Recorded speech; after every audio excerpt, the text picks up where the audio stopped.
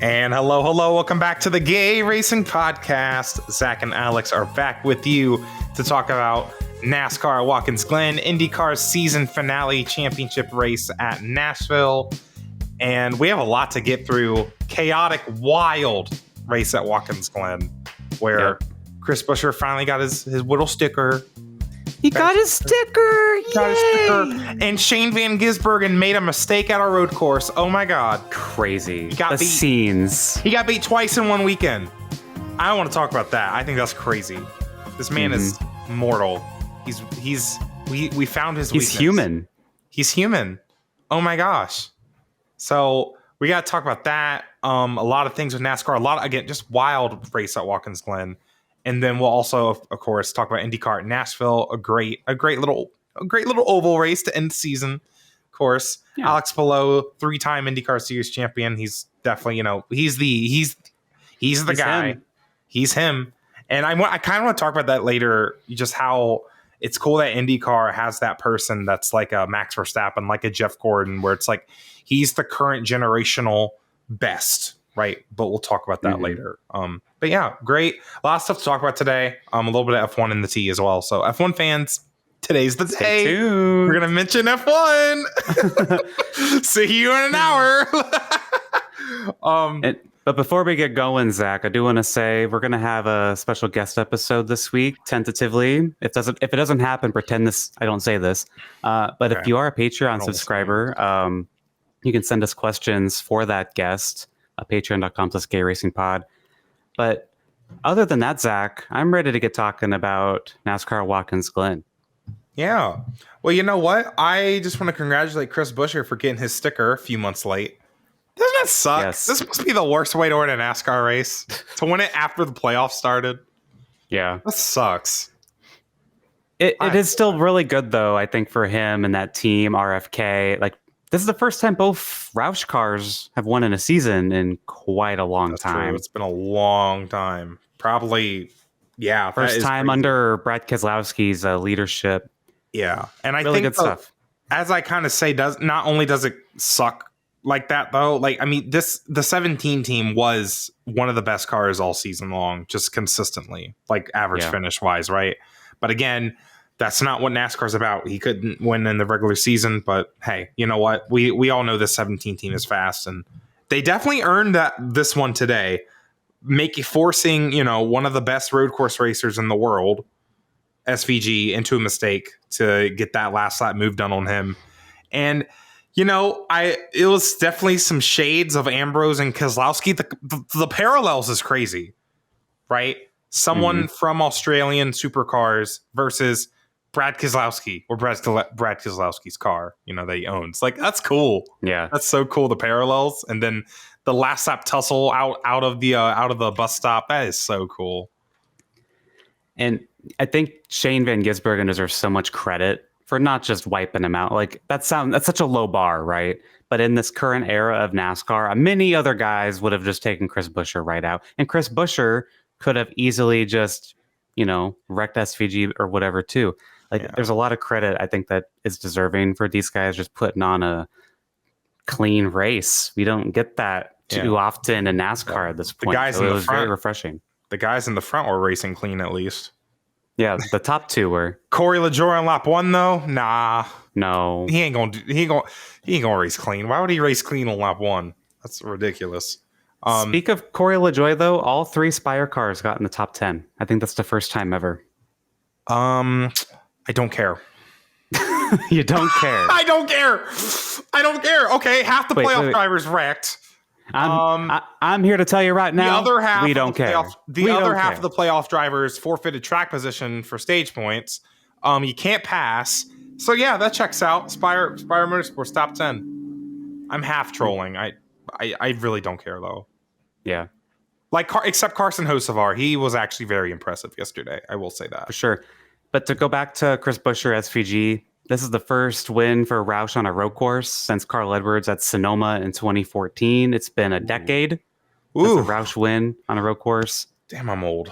Wow. I'm old. No. Oh my God, a decade ago. What do you mean? I know. 2014 does not sound like it was a decade I was in high school. Yeah, me too. I'm old. Oh my God, we are old. Where's our veterans discount? For real, I'm waiting. I know, right? Yeah. And is this the time I talk about SVG? Yeah, sure. I find that really interesting, and I think a lot of people yesterday, their initial reaction was Chris Buescher got lucky that SVG made a mistake. I don't think that's how you need to look at this. I think you look at this as, Chris Buescher forced SVG into a mistake, especially because we saw in that restart, and this is really cool because we've seen Shane kind of evolve into, he's learned how to use his bumper. We saw it at Sonoma in Xfinity against Austin Hill. He's really learned how to use his bumper, and that's awesome. But he kind of learned kind of the consequence of that. So where it wasn't necessarily payback, it was, Chris Buescher, who might have had a little bit fresher tires than Shane. I think I might be wrong, but either way, 17 was keeping up with Shane, and going into the bus stop, Shane knew that Chris is going to take what he can get there. If he gets to his bumper, there's going to be some aggression like that, he is owed. So I think Shane kind of opened the door to himself, kind of pushing too hard. Like, because Shane used his bumper, it's like, oh, now I got to make sure he does not catch me at all. And then he forced himself into that mistake, right? Like, I think that's definitely a little bit of an experience I think Shane might take from it. And, Chris being that fast, being able to keep up with them, being able to stay cool and calm after getting punted out of the way, keeping up with them, very impressive. Definitely deserved that win. For sure. I said earlier, massive respect for, it was hard racing, but it was nothing that I would even penalize if that was a thing we did in the series. Like, that was perfectly fine. So for sure. Shane Van Gisbergen's evolution in NASCAR, the very short time he's been here, has been so remarkable to watch. Very and impressive. He is just getting better and better. He didn't let Austin Hill push him around earlier this year in the Xfinity Series. And I really think if he can figure out the ovals, SVG could genuinely be a champion of some sort in the series, whether that's in Cup full-time next year or maybe down the road he goes back down to Xfinity. It is crazy. I mean, crazy. That's crazy to say. That's crazy. No, that's crazy. You're crazy. I'm sorry. He'll definitely make the playoffs. I'm telling you right now, I was just very impressed with how he ran at Watkins Glen yesterday because, again, now, were there playoff guys, again, forfeiting track position for stage points? Of course there were. So it's a little shady, but also, didn't he qualify in the top 5? He was fast. Pretty sure. So, he was fast yesterday. So to counter your comment about SVG, crazy he would win the championship, Scott McLaughlin came from the same series over in IndyCar. He's like his, 4th year over there now. And he, with barring that penalty he got early in the season, he'd be contending for a championship this year in that series. Give SVG like another 2-3 years. He very well could compete for a championship. I know it's very difficult to win a NASCAR championship with this format, but it's definitely possible.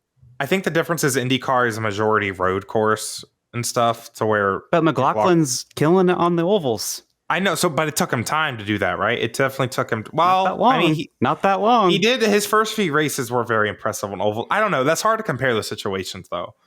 Just the fact of the matter, we see Shane in Xfinity on the ovals, and it's just like, he's getting better, though. He is. He is. So I see your point. But the fact of the matter is, Shane Van Gisbergen is going to be in the playoffs next year. Yes, because he's. He showed to me yesterday he can actually win a Cup Series road course race that's not in Chicago, which is what he needed to kind of show, right? If he wants to be taken seriously. So, and honestly, I'm kind of bummed he didn't win yesterday. Respect to Chris Buescher, he's cool, but man, I think I wanted to see a SVG win yesterday, to be honest. I think that would have been really cool, but that's racing. And that is also interesting that SVG, who is, he's been marketed as this, perfect road course racer. He is the guy that you have to beat at these road courses. Yet we saw him have a weekend where he's in both races, probably should have won both races, and he didn't. From mistakes that he made. He's mortal. He's not perfect, which is interesting to see as a fan. This guy, he is really good, but he's still got some work to do, even on the road courses, just from an execution standpoint. And again, kind of a racecraft standpoint, with the little tussle with Chris Buescher. So I think that's. I mean, he got beat by Connor Zilisch and Chris Buescher this weekend. Like, one bro is 18 years old. Like, probably, like, that's crazy to me. Mm-hmm. Like, that's got to be a little bit embarrassing, no? I mean, Connor Zilisch might be a generational talent for all we know. So Yeah, I don't know if it's true. Embarrassing, but I see what you're saying. Chris Buescher? Yeah. Now, Chris Buescher's really good on road courses in NASCAR. Quietly. He's been quietly very good. But still, that's got to be a little bit embarrassing if you're SVG. I'm just saying. But he still took it with pride, and that is know. what I like most about him. He went to congratulate Chris on the win. He's such a great guy. I think he's going to be a fan favorite in a couple years. And definitely, I know Trackhouse hasn't had the best season this year, but I really have high praise for this guy. And I really think it could be like if I'm Juan Pablo Montoya, who we got to see this again this weekend, if Montoya would have gotten a top tier ride in Cup. That's true. Because Trackhouse is basically the old Ganassi team. It'd be interesting. Wait, that's really long cool. term if SVG could get a stronger team down the road, but we'll see. God, Montoya finished 32nd. He was in the top 10 at a point. I don't know what happened, but again, like, I don't know. It's hard to take stuff like Harrison Burton was running 6th at one point. That's true. I mean, that's true. And that's got. We'll talk about that later, I guess, with like, you know, how few playoff drivers actually finish well. But speaking of Chris Buescher winning, Ford, we're ready to move on. Make sure. Yeah. Ford has just surprisingly won the last 4 races, just kind of out of nowhere. Do you guys remember in the spring, when's Ford going to win a race? This is their longest winless streak in like a long time. 4 in a row in Cup. That's awesome. Where is Denny Hamlin and Kyle Larson? In fact, this was their season. Where'd they go? Just look after the break. After the Olympic break, we've had Austin Dillon win. We've had Tyler Reddick win. I mean, well, Tyler Reddick's, you know, he's regular season champion. But, like, we've had so many wild card winners. Now, granted, 2 super speedways, a road course, and then some crazy situations at, like, you know, Richmond and stuff. I'm expecting it to settle down soon and get back to business, but when? Yeah, when exactly? In the playoffs. When? I mean, Bristol next week. Okay, sure. If the tires act normal, I guess. Mm-hmm. I don't know. I mean, we haven't seen, like, Larson won the Brickyard, but Hamlin hasn't won in months. Reddick kind of been thrown off his game a little bit. I don't know. Maybe we'll see more of. I mean, we thought Darlington was going to be a very straightforward race, and then Chase Briscoe wins. So I don't know. Yeah, I don't know what we could expect at Bristol, but we'll talk about that later when we talk about fantasy, I guess. But yeah, first non-Hendrick win at Watkins Glen since 2017. That's crazy, and this is also the first 4 wins in a row for Ford since 2018. That was probably Stuart Haas or something. I don't know. I didn't look into that deep. Well, Kevin Harvick won like 8 races, and then Kurt Busch and Boyer won 2. So it was probably something like that. But this race, there was a lot of chatter about this race because there was a lot of discussion like, hey, the tires are wearing a lot. We didn't really see that. Shocker. But then Ty Gibbs made a comment after the race saying that you just can't pass in these cars unless they have like 900 horsepower. We've talked about horsepower plenty of times on the podcast. I know, like, we doing this again? Really? Oh, a NASCAR science experiment didn't work? That's crazy. Remove the diffuser. I don't know. I'm gay. I don't actually know. And then on top of that, you had the rough racing. Not really rough racing, more like bad racing, just like a bad racing. Don't even call it rough. It's just bad. Yeah, the disrespectful racing that we've been seeing lately in NASCAR. And Martin Truex Jr., he said after the race that he doesn't understand why people are racing the way they do. He said, quote, "I don't understand how guys can call themselves the best in the world when they just drive through everyone on restarts at the end of these races. I'm out of here." That's crazy. Out of the playoffs, maybe. Oh. He's right, though. He's right. Biggest thing with that, I hate when people complain about that, though, in that way. Like, and they were talking about it on the teardown a little bit, like, oh, why are drivers, like, if drivers want to be treated with respect, then just race respectfully. That is how you get ran over. The best strategy is to be aggressive on restarts. Push people out of the way. If you accidentally wreck them and cause a caution, well, now you have another restart. There's a guaranteed restart because we have overtime. Unlimited overtimes. I always kind of have this theory of if you don't have overtime, they're going to drive cleaner because they know if they bring out a caution, that's it. It's over. And they know when the race ends. It ends at the scheduled distance. Well, yes, that too. And then, like if even if it's a green flag run and you're racing third place you can get to second or first, like wrecking them is just going to bring the caution out and then your race is over or something like that. But mostly it's just for the restarts. Because listen, if you have literally in fact, if you gain an advantage by causing a wreck, which is what happens in NASCAR, then, I mean, what's stopping these guys? There's a reason they drive like that on restarts because it's because of overtime. It really is. Yep. And go ahead. While we're talking about overtime, bring up the Xfinity race because that was a disaster. It took an hour to complete the 3 laps at the end of the race. That is ridiculous. And I'm going to bring up my idea again. NASCAR can take it if they want. A little timer. If you want to keep your unlimited overtime, just put a little timer on it. And then they can't go an hour. You're wasting so much time. You're wasting your TV partner's time. You're wasting the fans' time. Like just in the Connor race. Zilisch still won. It's ridiculous. Yeah, you got the same exact outcome, which thank God. Connor. I mean, Zilisch he was low on fuel win. too, though. They could have messed that story up. Yeah, which they shouldn't care about that necessarily, but it would have been stupid. No one would have liked that. What was the point of overtime? Because you got the same outcome. And you just wasted more cars. Hour, and you wasted time, burned more money. Cars. Yeah, I really hope. I don't get it. Them setting the record for the most overtimes in a season. I really hope they take a look at it, like a serious look at it. I know they won't, but I don't know if we really need what might happen. I feel like something's gonna happen at Phoenix with how this season's going. Mm-hmm. Cup Series at Phoenix, traditionally, we have really clean. We don't really have late race restarts at Phoenix a lot in the Cup Series.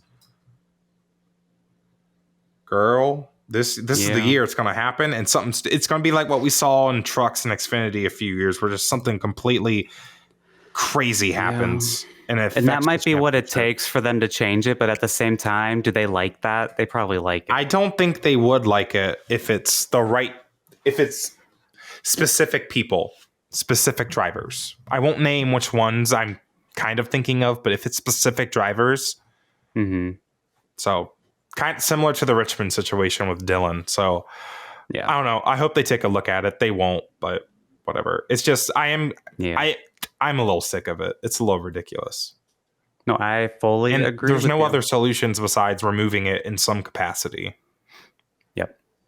And I know a lot of people point their finger at the playoff format saying that's the problem. To me, it is fully on overtime. No, today's proof. Most of those guys are no longer racing for a playoff spot.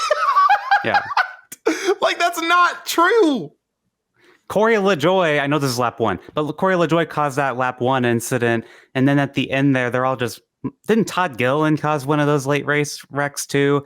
He ain't in the playoffs. It has nothing to do with the playoffs. I mean, I did see Denny Hamlin do something really stupid that kind of wrecked himself. Like when he went 3 wide with Keselowski and Larson. That was stupid. Yeah. But Denny Hamlin, man, this is just Is he next? Oh my God, he's next. That was a great transition. Oh my God. Denny Hamlin, first of all, he willingly threw away Atlanta. And then this race, he gets involved in that lap 1 incident, as I said, was caused by Corey LaJoy. He loses a lap. He gets the lap back. And then later in the race, he ended up getting a stage point, by the way. So he got more stage points than Atlanta. And then he goes and gets in that 3 wide incident with Larson and Keselowski. He gets turned. He still finished 23rd, despite all of this. And he actually scored 2 more points than he did at Atlanta. Surprising. Crazy.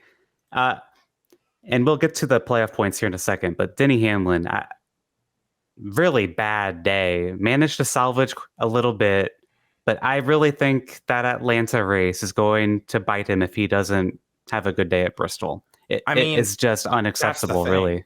Well, he's below the cut line. I mean, listen, I think it's impressive that he salvaged what he did from yesterday. I think that's impressive. The whole team, actually, because, he didn't fix the car. The team fixed the car. That's really impressive. I still think, and I love whoever reported it, was it Bob or Jeff or whoever reported it yesterday, that, what they did at Atlanta, they had in their meeting yesterday morning, that was losers mentality. Oh, it was Parker Klickerman on the NBC broadcast. Yes. Okay. That's exactly what I was saying on here, the Gay Racing podcast last week, right? Yeah. That 11 team had a loser's mentality. They cannot have that mentality in these playoffs. No one can, really, to be honest.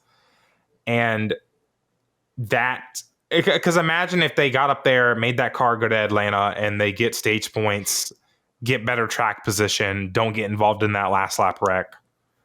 They could be above the cut line right now and have maybe 10 more points. And I mean, you just got to take the opportunities to get points. You cannot I don't think you can be conservative in a format where you need as big of a buffer as you can get.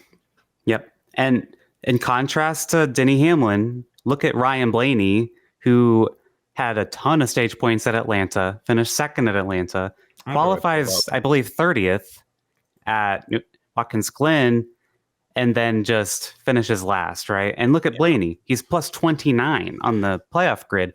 Those stage points are huge. And look at Denny Hamlin. He's minus 6. Yeah. At some points in the race, Denny Hamlin was minus 17 as they ran. So it ended up not being as bad as it could have been. But he's in a much worse position than he could have been if, he tried at Atlanta or they tried to improve his car at Atlanta. I'm going to not shut up about it. If he gets eliminated at Bristol, just threw it away. They left way too much on the table. I mean, yeah, sure. Maybe they try to run at Atlanta and maybe they wreck earlier, or maybe maybe they don't get any stage points at all and they still get in a wreck anyways, but you have to try. Because yesterday was just kind of bad luck. But again, he didn't qualify. I guess he didn't qualify up front because he didn't. He was kind of in the back, I guess. So, yeah. I mean, that's just how it is. That's just that racing. But he's going to Bristol where he's won the last 2 races. Yep. So that should work out for them. As long as, as long as he doesn't get involved in a wreck at Bristol, which, pretty straightforward track, right? He's not going to get involved in a wreck at Bristol. There's plenty of room. I'm being sarcastic. I know. But it's I wouldn't have thought he'd get in a crash at Watkins Glen either. So he's far from safe. He could go out there and dominate Bristol, maybe win the stages, and he could still miss. He'd be in a better spot if he won the stages, obviously. But I don't know. Yeah, I don't know. It depends. I mean, it's very tight. And to be honest, I don't think anyone's safe. Except maybe Bell and maybe Cindric. Well, because those guys have to get a lot of points. So maybe everyone above Suarez is good. Alex Bowman, 41. That's crazy. Yeah, well, let's talk about that. Austin Cindric, Alex Bowman, Daniel Suarez. So many people, a mass majority, had those 3 out round 1. And there they are on the left side of the playoff grid. I had Suarez out. Plus 41, plus 36. I had Suarez out round 1. That's crazy. Suarez was stuck in the sand at Watkins Glen. I thought he was done. Plus 36, he recovered from that. I knew Cindric was going to advance because I knew, as what happened, I'm so good at predicting. I knew he was going to have a good Atlanta and a pretty good Watkins Glen. I don't know if he got stage points. Where did he finish? He finished top 10, 10th. Yeah. So I had a feeling Cindric was going to be kind of up here, but I didn't realize he'd be way up there. Second in the points, I guess. So yeah, Cindric's been very impressive. Bowman has come alive here. I'm shocked Suarez is this high up. Yeah. But going over to the right side of the page, Larson's only plus 26 still. He's gonna doesn't need to have a great day, but needs to have an okay day at Bristol, I would say. Yeah, William Byron's plus 25. Larson has the buffer that Hamlin wishes he had. Yeah. You know what I mean? Because if Larson gets stage points, he could probably clinch himself in. You know what I mean? Yeah. Yeah. Denny's never going to have that opportunity Saturday night. But then if you get really close to the cut line here, Briscoe's plus 6, Ty Gibbs is plus 6. that might be the battle for that last spot if Denny Hamlin has a really, really good day. But then look at Brad Keselowski's really good at Bristol. He's minus 12. And by the way, Keselowski's having quietly an awful playoff run so far. I feel like it's bad luck. Well, they were off at Atlanta. It was weird, surprising. Like they were supposed to be running up front at Atlanta, because it's a super speedway. But TJ Majors said on Door Bumper Clear they just did not. They just weren't good. Which love that about Atlanta. But then yesterday, I think they were running all right, but just got caught up in that wreck on a restart. Which I mean, you're in the back. He had a penalty at some point, I think. He had some uncontrolled tire. He had an uncontrolled tire. Oh, was that him? He lost a bunch of track position from that. Yeah. So mistakes. Then Martin Truex, he ended up winning a stage. By the way, he's still minus 14. Huge. He's another one. He could have a really good couple stages at Bristol, potentially point his way in. Like there's gonna be a lot of shaking here, but it's like, will he? You're right. Yeah, will he? Like I don't know. I think Truex is gonna be. I think Truex will be the guy on the cut line below or above it. He's gonna be fighting with probably Briscoe, maybe Ty Gibbs. And Ty Gibbs is good at Bristol. That's true. Man, this is gonna be crazy. That's the thing. We have a lot of big names on this right half of the page. I think the only thing I could say with confidence is Harrison Burton will be one of the 4 eliminated. I think that's the only thing I can say in confidence. I would agree because Harrison's not. Sorry, but hey, I mean, honestly, being only minus 20 is not bad. And he's a lot of in a better spot than I thought he'd be. Well, so, I mean, he got in that last lap wreck at Atlanta when he was running good, and then he had a tire failure yesterday. Which I mean, he wasn't running good yesterday, but still, like. Yeah. You know what? It is what it is. Yeah. Yeah. Poor guy. But poor guy. If we had to make predictions, I don't know what I would say because this race at Watkins Glen was the first playoff race ever without any playoff drivers in the top 5, finishing top 5. That was the best weird. finisher was Briscoe in 6th and then Cindric in 10th. Yeah. That's crazy. That's never happened. I think even in the Chase era. Yeah. I find that kind of crazy. I feel like that's kind of meh to me. Because also, again, this whole thing with road courses and the guys in the playoffs have to forfeit their track position to get stage points, I feel like is kind of a part of why that happened. Mm. Get rid of stage yellows on road courses again, please. I just think it's stupid. And you say that, Alex, I get why NASCAR wants stages because they want those restarts. And I will admit right now, those stages were really those restarts were really good, right? They were very exciting earlier in the race. It's just you got to do something about people flipping the stage. I don't know how. Maybe a mandatory pit stop. Like you have to come down pit road during the stage. Everyone does. Everyone gets a pit stop. I don't know if I like that. I don't know. I see what either. you're saying. Does that kill the strategy? Maybe. I don't know. But I don't know what they have to do, but they should look at doing something because I just think it's stupid that all these playoff guys, because they need points, have to get stage points and then they can't flip the stage and then you can't pass on road. It's just stupid. It's so dumb.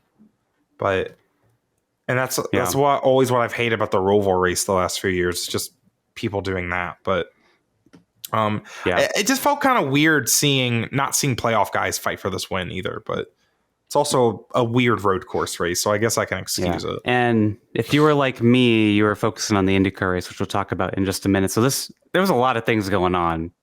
I was very overstimulated. Yesterday was awful. I hate watching 2 races at once. I don't like it because then I feel like I'm not watching either of them. Yeah. So at a point, I just had to lock in on one, and then I tuned into NASCAR. Yeah. After. But before we go to IndyCar, I want to talk about Connor Zilisch some more. You mentioned him earlier. He did win and dominate that Xfinity race. But the thing I want to mention, he was born 42 days after the Cars movie released. And dude, that made me feel ancient. Like I remember that whole day. Grade. I was in first grade. I was probably starting to play the NASCAR video. I hate that. Has Connor Zilisch ever... Dude, when he started watching NASCAR, he was probably a COT race. After the wing. Oh, God. If he was like 5 years old at that point. You know what? You're probably right. Oh my God. That's like 2011, 2010. Oh no. We're having a I'm having quarter a life whole crisis right moment. now. I'll tell you what, though, this kid, I love him. He's awesome. He's so cool. He's the next Jeff Gordon. I Many mean, people are saying that. he's insane. I don't even know his whole background. I just know it's a lot of road racing. Like there's some Miata stuff. I know he won the Rolex 24 in the LMP2 class. At 18, crazy. 17. He's only 17 at the time. Yeah. Yeah. He probably could go to Le Mans and do well, right? Yeah. Like there was a push for him to do that. It didn't happen, but there was a push for that. He hops in ARCA cars that are, I mean, it's ARCA. The competition is not very high, but still, he hops in an ARCA car and just wins them. He wins by a lot. These ARCA races by a lot. Like not only Watkins Glen this weekend did he win at ARCA by 15 seconds, but the oval races too. He just wins the oval races, right? Mm-hmm. Like again, the competition's a little iffy, but he is a generational talent. He really is. He is a Kyle Larson. He's a Jeff Gordon. He's a Tony Stewart. He's going to be a star, and I legitimately mean that. Because he is, you win on debut in the Xfinity series. Yeah, you're doing things. You're gonna do things, right? Yep, and that's insane. But so I don't really follow ARCA, right? But I've heard his name. Matt Weaver talks about him a lot because he does a lot of the shorter races, short track racing as well. And so it's like, when I heard he got pole on his debut, like I'm like, whoa, that's pretty cool. I want to make sure I can watch this. He did that in trucks too at COTA. Yeah. Yep. And it's just like I wanted to see him win this race. It's like I want to be able to say one day I was there to watch Connor Zilisch win on debut. Like I had that feeling, and I had never even watched him win a race. Period. Like I don't watch ARCA, so it's like my first time actually like watching him outside of like the Rolex. So this was like really cool, and it just feels like one of those things that in like 20 years, 30 years, we're gonna be like, we watch Connor Zilisch come into he's special. Series. Yeah, he's special. Like, and that's just the cool part about him. And I hope his development. I mean, he's doing full time with Junior Motorsports next year, which I love. Me too. And I'm very excited. He signed with Trackhouse. He has a development deal with Trackhouse. Yeah, he'll probably be in a Trackhouse car one day or something. And my thing is, like, if you're a Cup team, you want this kid signed. You want to do, if I'm Rick Hendrick, I'm trying to do whatever I can to get him out of Trackhouse and into a Hendrick car. Oh, yeah. If I'm Joe Gibbs and Toyota, I'm trying to get this kid in one of my Joe Gibbs Racing Toyotas. If I'm Denny Hamlin, I'm trying to get him over on. Like, he is that guy. And maybe it's in like the one thing I'm trying not to do is like make it like a Casey Atwood situation where it's like he ends up being a bust, because we do have to let him develop. Mm-hmm. If you put him in a Cup car, I mean, I don't know how well to be honest, I don't know how well he'll do, but like he's probably not going to be that amazing. Yeah, you know, but still, this guy is unreal. His talent. Yeah, I mean, winning. The only other guys who I've seen win on Xfinity on debut, Ty Gibbs. We know how good he is, right? Even though he still hasn't won a Cup yet. It takes time, but I don't know. I'm just impressed. I don't know what else to say. I could talk about it forever, for sure. And it's gonna be something to follow for years and years to come. Zack, he's a whittle baby. He's like literally like Harrison Burton's a little bit younger than me, like only a few months. Yeah, I'm like, yep, I love him so much. He's great. Connor Zilisch is literally like a baby. Yeah. He is a baby. He's like, is he even, he's not really in our generation. I think he's like, we're both older Gen Z. He's like younger Gen Z. I don't even think he's Gen Z. I guess he is. Yeah, I guess he's Gen Z. I think Gen Alpha starts like 2012. He was born 06. Well, listen, at least he didn't get out of the car and say, man, that was Skibbity. Oh no, that was Skibbity. Oh no, this race team has some Ohio Riz today. My crew chief really rizzed up this car, and I hate children. Oh God! In defense of children, we say weird stuff like that all the time. Like they ate. We say they slayed. They fought. Well, Connor Zilisch, you slayed this week. Period. Yes. So the IndyCar finale was at Nashville Super Speedway, and it was originally going to be on the streets of Nashville on a new layout that ended up getting scrapped for a couple of years because they're doing construction in that area. Apparently. But it turned out to be a pretty good race. I had a pretty good crowd. I enjoyed this race. And in my opinion, IndyCar really needed this kind of positive ending to the season. Milwaukee was solid. Gateway was solid. And then Nashville was also really solid. Pretty good vibes. IndyCar feels so right. I think all these ovals is what made IndyCar feel so right to end the season. Yep. Hopefully we take lessons from that as we build future schedules. Sure, hope so. Can we add Texas? There's still time to add Texas, right? I still don't get how we're not going to Texas next year, but that is a conversation for actually right now. Actually, that was a conversation to have months ago when they were making the schedule, but I digress. IndyCar finale in Nashville, the picture was set. It was Alex Palou. He just had to pull off a nice top 10 finish if Will Power were to win or something, right? Basically. Something like ninth or better. And Will Power, his seatbelt comes loose early in the race. Wow. That's a little anticlimactic. Luckily, I don't think that would have changed much anyways, because Palou just had a good race. I mean, he's good everywhere. Palou was running around 17th at a point, but then he ended up because he started in the back. He ended up finishing like 5th or something. He started in the back. I think most of us knew he was going to make his way up. Yeah, like Power was going to have to win that race, and Power was already he was losing spots after the start. So, luckily, I don't think that really changed stuff. Like that would have sucked if Power's if it's 10 laps to go, Power's leading. That would have sucked. What really would have sucked if it happened to Palou, and then he's just stuck 4 laps down like Power was all race, and then Power wins the championship because of that. That would have kind of sucked, in my opinion. I didn't think Power had a shot going into this anyway. But I don't think it would have sucked because it's like Palou never has mechanical problems or anything like that. It's about time. I hate to say that. It's about time something bad happened to him. Yeah, but to be serious though, I was serious. That has to be terrifying. What Will Power experienced having a seatbelt come undone. The last time I remember this happening was AJ Allmendinger in the Indy 500 about 11 years ago. I just cannot fathom what that is like. Will apparently tried to put it back in while driving, and he's like, I can't do that. That's too dangerous for one. So he came into the pits and they got it back in, and I guess it came back undone late in the race as well. Not good. I'm sure. I'm sorry, it came loose late in the race as well. Yeah, I feel like that's sorry, my eyes or something. My eyes. That's not good. Yeah, I feel like I almost feel like if you have a seatbelt malfunction, you're done for the day. Honestly, I would not be against that. I don't think I'm against that. Yeah, because it failed again.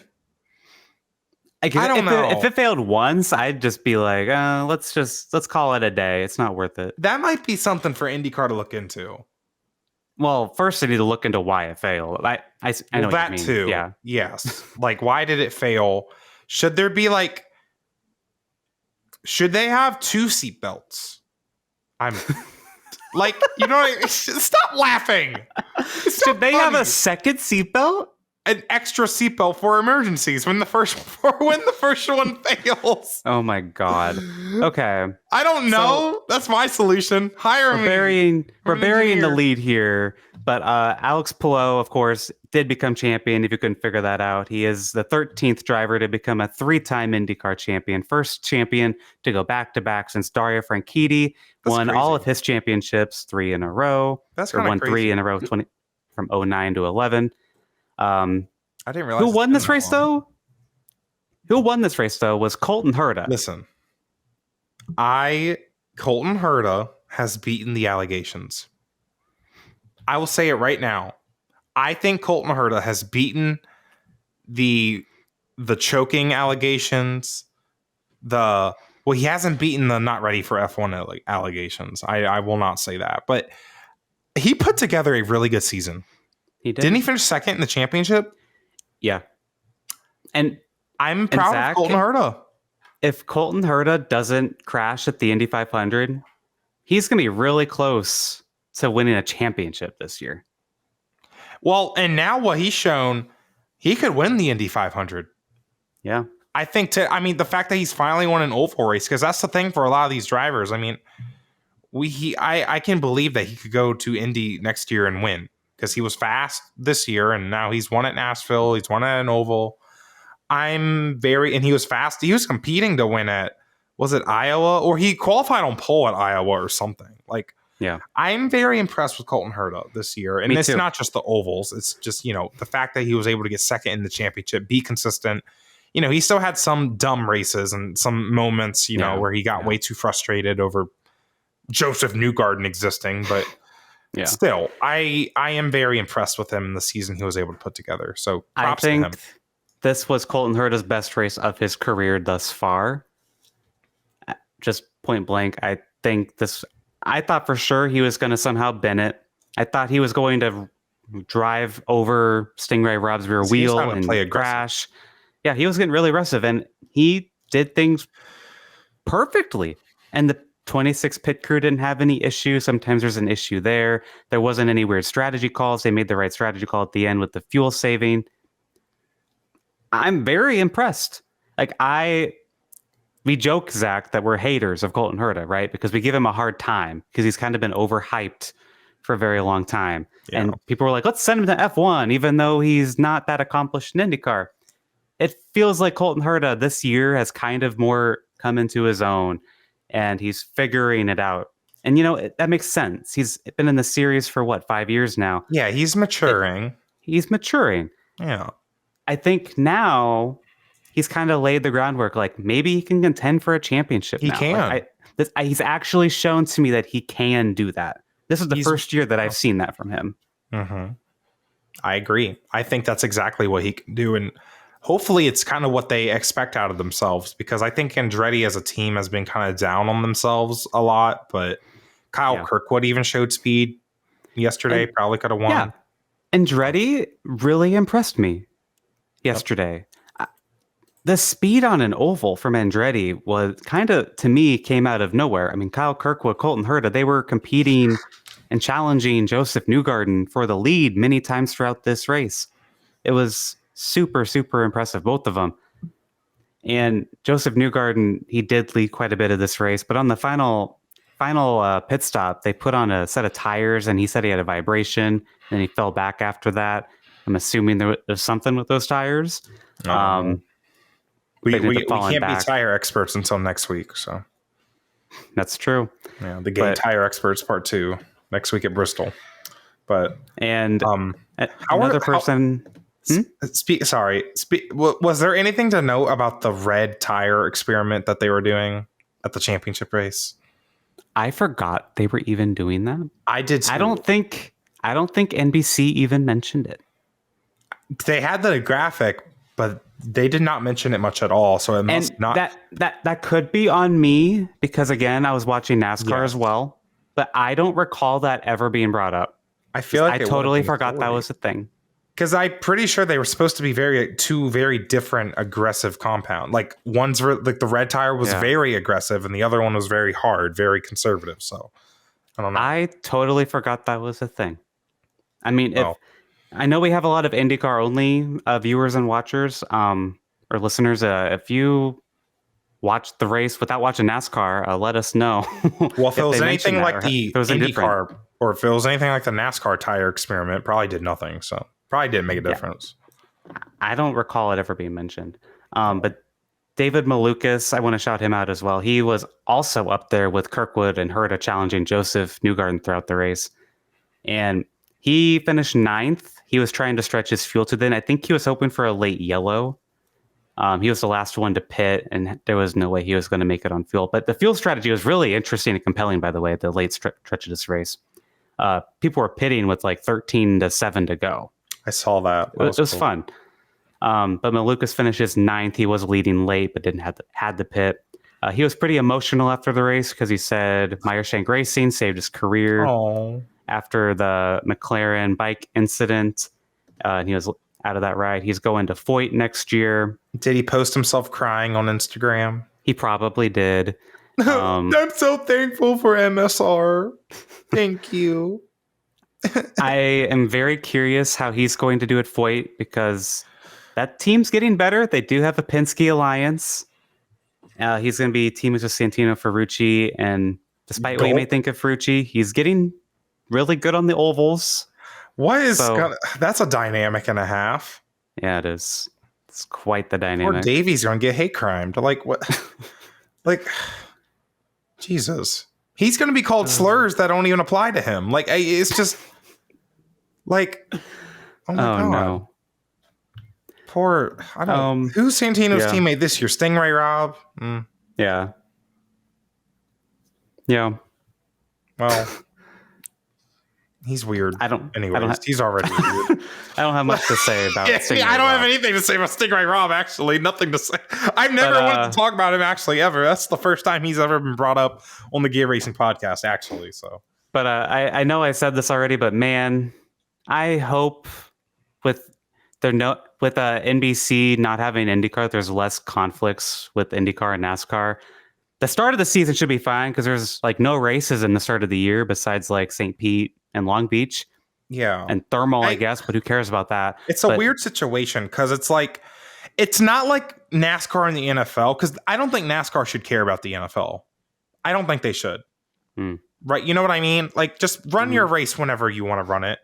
Because if people aren't going to watch your race because they want to watch the NFL, they're not going to watch the race anyways. Let's be real. Yeah.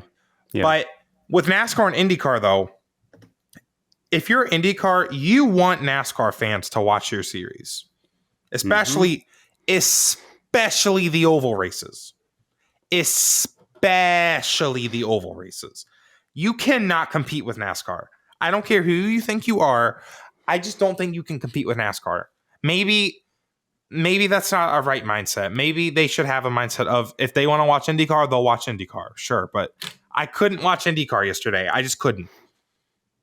I just couldn't. So, I mean, I did, but like I didn't clock in. You had it on, but you weren't focused on it. I wasn't focused on it at all. I mean, you told me most about the race, what happened. So, I'm just saying. Yep. Yeah, I'm hoping that's something that can change with the TV deal. And I don't have it in the doc here, but this was NBC's last race. They had a very touching, in my opinion, little tribute video to their years since. I cried. No, I didn't. I almost shed a tear. Right now. So their 10 years started with the Versus channel. Then that became NBC Sports Network, and then eventually with USA and NBC. So I think since 2009, it's been this group. Very, very sad to see them go. And we've voiced our concerns for Fox next year, but hopefully we are in good hands next year with IndyCar coverage. But with that, Zach, are we ready to move on to the T? We are ready to move on to the T. And I need you to fill me in on something. So Oscar Piastri won the Azerbaijan Grand Prix. I'm gonna grab my laptop charger. Okay. Oh, your laptop so unprepared. Good Lord. You're fired. Anyways, Oscar Piastri won in Azerbaijan this weekend at Baku. The week that papaya rules went into effect. What does that mean? What is that? Papaya rules. What is that? It's something, I believe Zach Brown said it. I bet he did. All over the place. It means that they were going to start focusing on Lando Norris because Oscar Piastri and Lando had that near collision on lap 1, and Piastri got ahead, and they had the bad strategy. Then neither of them won the race. So why would you publicly say that? And also, why did you wait until September to start doing that? Right. So they do that, right? But then Lando Norris qualifies. So much. Lando qualifies 17th. Oscar, I believe, was like 3rd or 2nd. And papaya rules were in effect, but they weren't able to be affected. Yes. executed. They weren't able to be executed. That's right. Jesus Lord, Alex. My thing is apparently there was like a marshal who like accidentally waved a yellow at Lando during his qualifying lap, and that's why he qualified 17th. That's what I heard. I don't know if that's what I heard. This really is the T. That's what I heard. That's what I heard. That from my friend. Girl, my friend told me, but yeah, we didn't watch, so it's just what we heard from other people. We weren't there to see the drama, so we're just talking about the drama from other people. So F1 normally starts at 8 a.m. my time. I woke up at 7:30. I'm like, oh my gosh, I woke up in time for F1. Yay. Let me get set up. Girl. I literally set up my computer. I like make a little breakfast. I get sit down and I'm like, I open up my phone to Twitter and I see Oscar Piastri has won at Baku. And I'm like, oh, I missed the race. It was one of those like earlier races. Yeah. So like, okay. Where is Azerbaijan? Is that the Middle East? I don't know. I don't know. Don't either. ask me. They're homophobic, so it's not legal to be gay there. Probably not. No, it's definitely not. I know it's not. So, in other news, McLaren is leading the constructor standings over Red Bull now, and despite qualifying 17th, by the way, Lando Norris did come back from starting 17th to finish 4th, while Verstappen finished 5th. So Lando did get points on Verstappen in the championship. Again, they should have been focusing Lando for the last few months. So, I mean, Lando has a legitimate shot to maybe pass Verstappen in the standings. Like, that's crazy because Verstappen keeps clicking off these 5th place finishes. Like, if Lando can actually click off some wins, which obviously he can. Oh my God. I really do need to start watching F1 because I knew Baku was happening. I just didn't care. I had Splatoon stuff going on. I wanted to watch IndyCar and NASCAR, but now that IndyCar is off season, maybe it'll make more time for F1. So this will be exciting. There's some American races coming up too. So speak of Americans, F1 and IndyCar. You just mentioned all those things, Zach. Logan Sargent, former F1 driver, the American former F1 driver, was at Nashville for the IndyCar race weekend. There were a lot of pictures of him meeting some fans. Pretty cool that he took some time to do that. He's besties with Kyle Kirkwood, if you didn't know that. He was hanging out. Oh, they're besties? Yeah. Okay. Are we besties? Oh, yeah, we're besties. Okay, we're besties. Okay. Sorry. I was going to make a joke, but I held back. You can tell me after. No, I'm good. No, I'm good. I'm going to keep it to myself. So Tony Donahue on Twitter said that there's an off-season test on the table for Logan Sargent. I don't know for which team, but he was hanging out a lot with Andretti. But Are maybe they it's besties? because of Kyle Kirkwood. I'm just kidding. Is he besties with all of Andretti? Okay. That'd be cool. Yeah. I love F1's like a really good development series for IndyCar. Yeah, so good. Isn't it great? Really good series. Did you see that Valtteri Bottas said that his plan B, if he doesn't get re-signed, was IndyCar, and a bunch of people on Twitter got mad about that? Did you see that? Oh, like F1 people got mad? IndyCar people. IndyCar people got mad that that IndyCar was plan B? Yes. And not priority? Yes.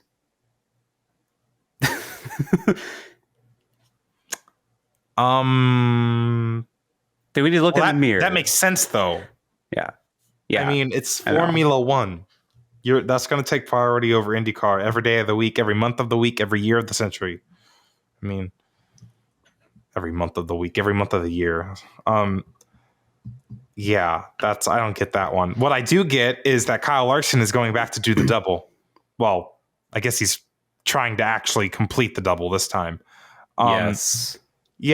And it's, which we already talked about this last week. Too long didn't listen. I just hope they keep the paint scheme the same. Makes sense why they're doing it again. What's interesting is that Rick Hendrick said that absolutely Charlotte will be the priority. So he cited the example. Yeah, go ahead. Zach, I told you before we recorded that he said that this year as well. And what did you say to that? I said earlier this year, that's not going to happen. Larson, you're not getting Larson out of that car. So what Rick Hendrick says now is that if Larson is leading late in the race I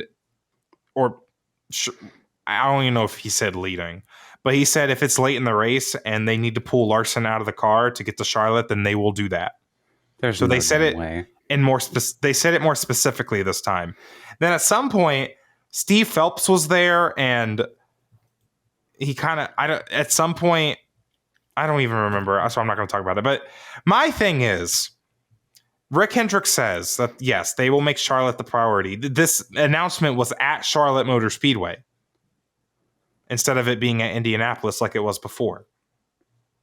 My thing is, you are not pulling Kyle Larson out of that car if he's leading the Indianapolis, or if he has a shot to win the Indy 500. You are not getting him out of that car. You can tell him to get out of the car. He's not doing it. And I'm going to tell you that right now. Kyle Larson can say before that, yeah, I'll get out of the car if you tell me to. I will. He can sign a contract that he'll do it. He can do it. He can say whatever he wants. Hey, Rick Hendrick can say what he wants. Zach Brown, Steve Phelps, they can say whatever they want. Kyle Larson is not going to get out of that car. And I'm going to tell you that right. Let me say this. That's not going to happen. Because there's just no way you're going to give up a chance to win the Indy 500 like that. He will gladly. Kyle Larson would sacrifice his NASCAR season to do that. He would. It's the Indy 500. And if you don't get it, then you don't get it. Yep.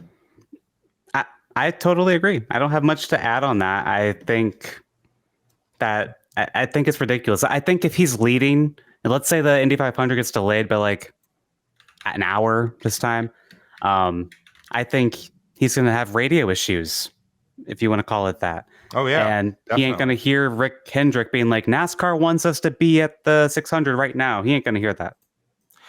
And I forgot who it was, but I heard someone kind of mention that like NASCAR might have been really upset with what happened this year and how NASCAR wasn't the priority.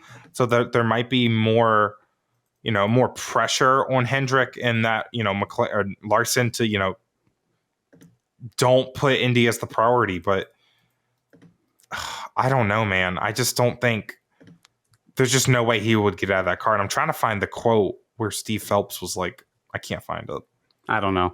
But hopefully that won't even be a problem in 2025 and he'll be able to actually do the double. Yeah. And no, Tony Kanaan's going to be doing a refresher test because apparently he would be the one to fill in for Larson. So let's get into fantasy. Hey. Zach, you did clinch the fantasy championship for IndyCar at Milwaukee. I did get the final point of the year. You were going to win 16-12. Congratulations. Yep. And NASCAR at Bristol, for Watkins Glen, I had Bell, who finished 14th. You had Reddick, who finished 27th. We have a 2-point gap going into Bristol. I have a pick ready to go. I'm getting mine ready. I don't think we're going to match on the first try this week. I'd be kind of surprised. Really? Yes. I don't know if you're playing games with me or not. You don't think we're matching on the first try? I don't think so. Okay. Okay. Are you ready? I am ready. So 3, 2, 1. I'm trying to pick Denny Hamlin, and Alex is trying to pick Ty Gibbs. Ty Gibbs. Okay. You think this is the week? I think Denny Hamlin's going to have an issue and get knocked out of the playoffs. I kind of think that too, but I know he's going for 3 in a row, Zach, at Bristol. I can't not to pick him. I don't think I can't pick him. At Bristol, I can't pick it. I can't not pick him. I get it, but I just don't. I know Ty Gibbs is a bold pick as well, but the vibes are not there with Denny Hamlin right now. I mean, I agree, but like, I'm still gonna pick him. Yeah, I don't know, Ty Gibbs. Ty Gibbs is on that cut line too, man. I'm just saying. That's why I think Ty Gibbs is actually going to get the win. It's going to be kind of like a, whoa, Ty Gibbs has arrived on the scene. Like, and imagine Lee Diffie's already writing the script. Like, it's ready. We've had a lot of wild winners lately. Okay, I could see it. Yep. My other thought as well is if it is a tire saving race again, then Denny's got it. And Ty Gibbs did really good under those conditions earlier in the year. If that were to not as good as Denny though. Like he didn't. Denny lost that win technically. It wasn't because of that race, but yeah. Oh, he lost the win technically. Yeah. So I'll take those 2 fantasy points. Is that what you're trying to say? I'm just kidding. No, because it wasn't the race. Then don't say that. You need to watch your mouth. So okay, you're speaking of, did that IndyCar penalty matter where you lost the Scott McLaughlin point? No, it didn't matter. No. Wasn't there another penalty that like was a big swing? No. The only one I could think of is when we both picked the 2 guys that got disqualified at Pocono. No, I thought there was something else in IndyCar this year that was really weird. I feel like twice there was a penalty in IndyCar that I like. I don't remember. Maybe not. But with that, as I said, Zach, you have 19 points. I have 17. A win gets you 3 points in our fantasy game. Just beating the other is 1. It's time to lock in. I think that would be a cool story if Denny were to like win. I kind of wish I listened to his podcast before picking him. Well, he's acting like he needs to get rid of a dog to have a shot. So I think he's kind of cooked because he's acting like, well, I got to get rid of this dog before I have a shot at winning a race. So. Last year, I picked Kevin Harvick at this race, and then he missed the cutoff. So, oh yes, send those vibes into the universe, Zach. Good job. Maybe I did that on purpose. I don't know. I would love to see Denny Hamlin miss the playoffs. I just think I think he will lock in this weekend. I think it's about time. I mean, he's going to have to lock in. We can't lock into the next round. He won't be locked in, but he will be in. So, okay. He might win without being locked in. I don't know. I think something's going to happen. He'll be our shock round 1 exit. It's not his year. He needs to stop saying it's his year. And I think Denny saying that. That's the thing though. Like Denny's weakness is a lot of the unfortunate stuff that happens to him. Mm-hmm. But I think when he is at a place where he's comfortable, when it's in his hands somewhat, I think he can do amazing things. I think he will step above. I know he's probably never been in this position before. I think he might have. I think he's going to advance. I think he's got it. I think it makes sense on paper, but I know. We'll see. I would not be surprised, don't get me wrong, if he did win in advance at all. But well, let's move on to our conclusion here. We do have a kind comment from John Rapp on YouTube. He says, congrats on 4 years of running the podcast. I wish I had been listening to you sooner, but I'm all in now. Thanks for putting this together. And then John also praised us for being one of the only NASCAR personalities to highlight that Penske's going for 3 championships in a row and not dismissing Joey Logano's chances at the championship. We still were the only ones talking about it last week. Tell you what, is Blaney good at Bristol? Because I feel like this is a race he could win. I don't know. Blaney's been close at Bristol and if he can get past lap 1. I thought about 2 of the last 3 races.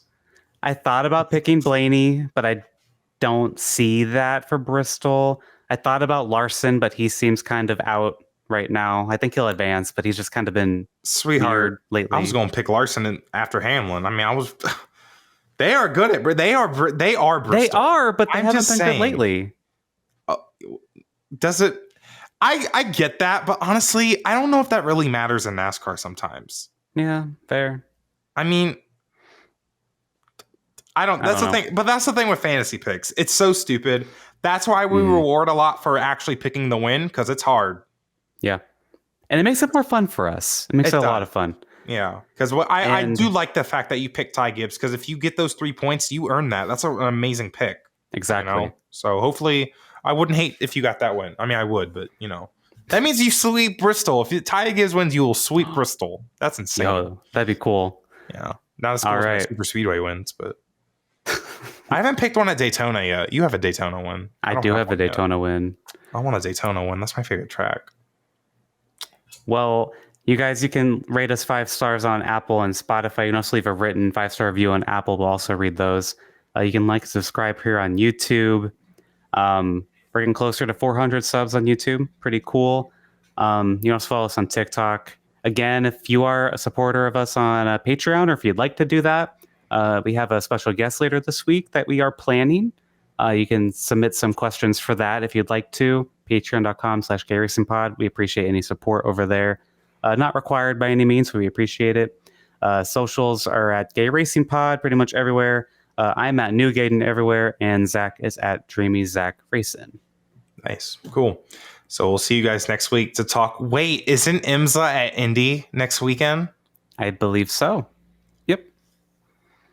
That's exciting. Is it the 10 or 8 hours of Indy? I think it's 8. It's 8 hours. Oh, that's going to be a good race.